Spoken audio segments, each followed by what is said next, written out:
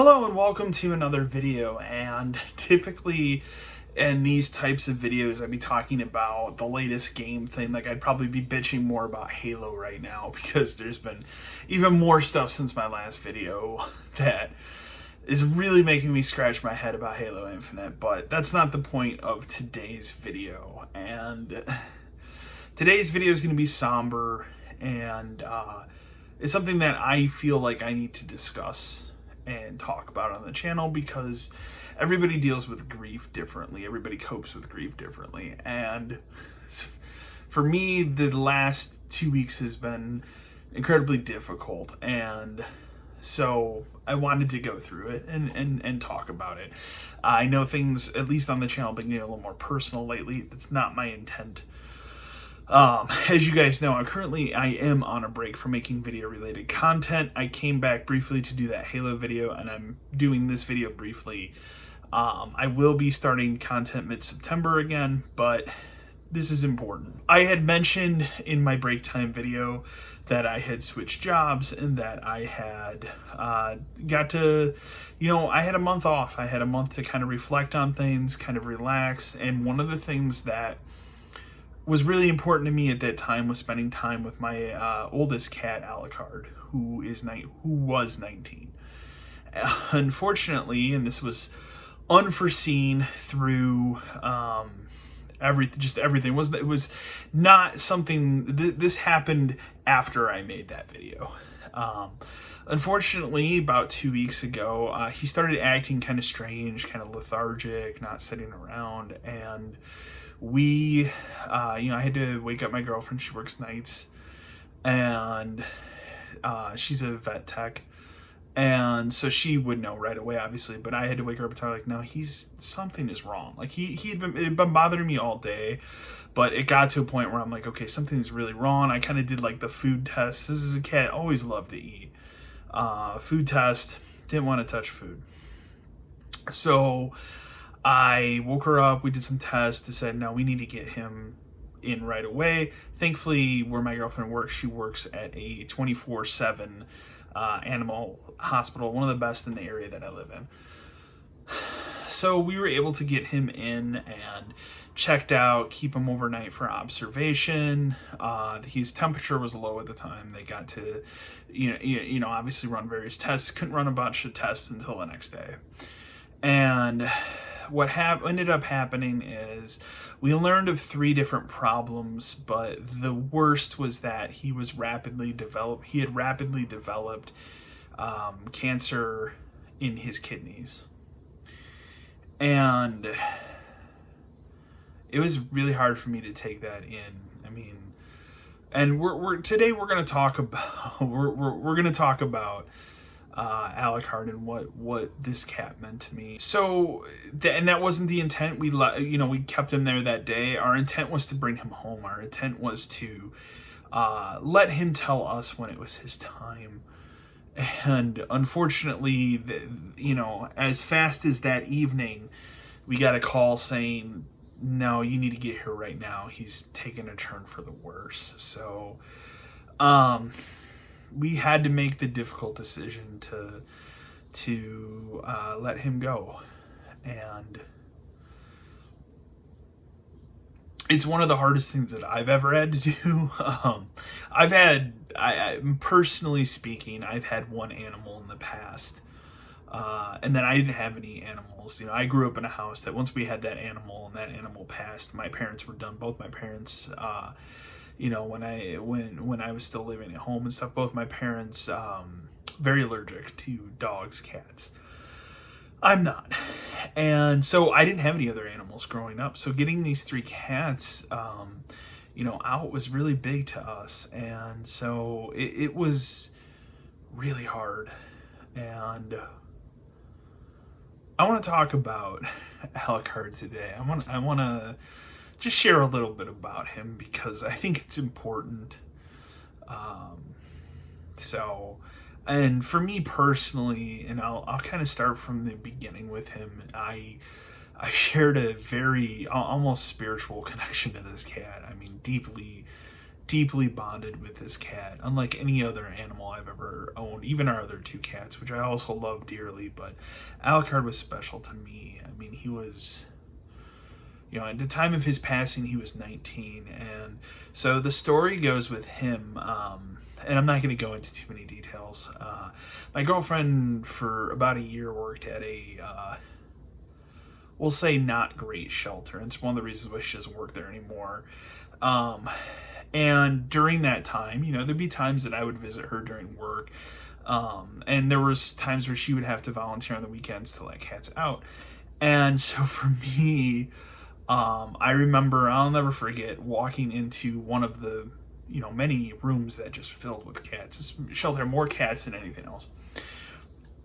And Alucard ran right up to me. And I struck an immediate bond with this cat. I mean, I walked right over. He followed me up, perched himself up, wanted me to pet him. It was like day one connection with this cat. And, it became this thing. And every time we'd go, I kind of tell him and stuff, like, I really want to get you out of here, buddy. And obviously my girlfriend had another one that she wanted to get out. And then we have our third cat. All three of these cats came to the same place. But it was important for me to get him out. The story behind Alucard is that he was born in this shelter, and he lived 16 of his 19 years in this shelter. No one had ever adopted him. No one ever gave him the time of day. And it was important to me more than the other two cats, which our other two cats are old, they're not young cats. One's 9, one's 5, but Alucard was the most important to me because I looked at this, my heart immediately broke, and I said, I need to give this cat a house. I need to give him a life that he can enjoy. And to me, one of the most important things, and with my girlfriend as well, was we spent the last 3 years saving up to buy this house that I live in now. And we were able to do that for Alucard. He spent the last 3 months of his life living in an actual home, not, not in a basement apartment, where he did for most of his adoption tenure with us. But for his last 3 months, he had to live in a house. This is something I didn't even think about when we first moved into this house. He had never used stairs before. He had no reason to ever use stairs in the shelter that he was in. He was kind of confined to the same area his entire life. Can you imagine that? Can you imagine such a crazy thing? So, it's crazy. And I got to give him that, and that's one of the most proud things I can say about it is I got to give him the life that he should have had his entire life.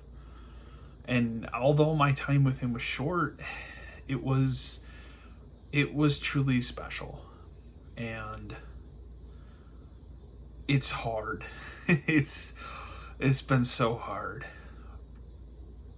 And the reason I mention this is I actually had plans for Horror Fest this year. I was planning on having him be, I was gonna do some movie reviews and have him kind of be the judge. My girlfriend and I always joke he has a very grumpy cat face, but he's the sweetest cat you'll ever be. He's not like that at all. But he can certainly give a very judging stare. And that was my plan, for Horror Fest this year, is I was going to have him help review some movies and stuff for Horror Fest. And I don't get to do that now, and that's a bummer. I was really looking forward to that. And I'm sure he was too, in his own ways. But this is, every night, every night I'd sit down on the couch, or I'd sit down on, in my, now I have a new recliner chair, to play a game or watch a movie or something. This is a cat who would come down the stairs, stare through me at the banister to see if I was there first, and then he would come down. He always sit in my lap. Loved sitting in my lap. Loved spending time with me. Loved horror movies. Also loved metal. Anytime I'd put on any kind of metal music, immediate cat would appear. Really weird. Kind of crazy, but I loved it. So a lot of good memories with him. Wonderful, just a wonderful cat. And it's hard, and I know, and this is where I'm going to say, like, I know people are going to look at this video and you might say, oh, this big guy is getting emotional about a cat dying. But I truly believe that, animals, they hold a special part as part of your family. And any animal you adopt does. And for Alucard, he was really special to me. And I'm trying, I will tell you, I've tried to make this video for a week now without breaking down. I've broke down a lot. You can see me fighting back tears. It's it's really hard.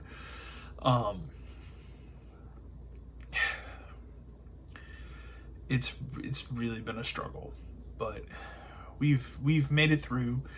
I mean, yeah, we still have our dog and our other two cats and stuff, but it's hard. It's hard coming home or for my case, I work from home, so walking out of the office here and not seeing him there anymore, sitting in my chair, or waking up every morning looking down into the guest room where we have the cats set up and not seeing him sitting there perched waiting for me to feed him as he loved to do. Or sitting at the gate. We have a kitchen gate, so the animals can't get in when we're cooking, and wanting to be fed.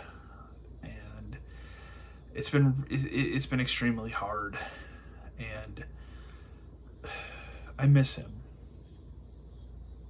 I miss him every day. There hasn't been a day that's gone by since this has happened that I haven't thought about that cat like 10 times more.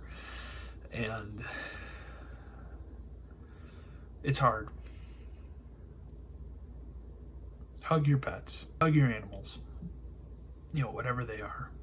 And always remember that you have no idea how much time you have on this earth, or how much time the animal, whatever animal it is that you have as a pet has. And cherish that time.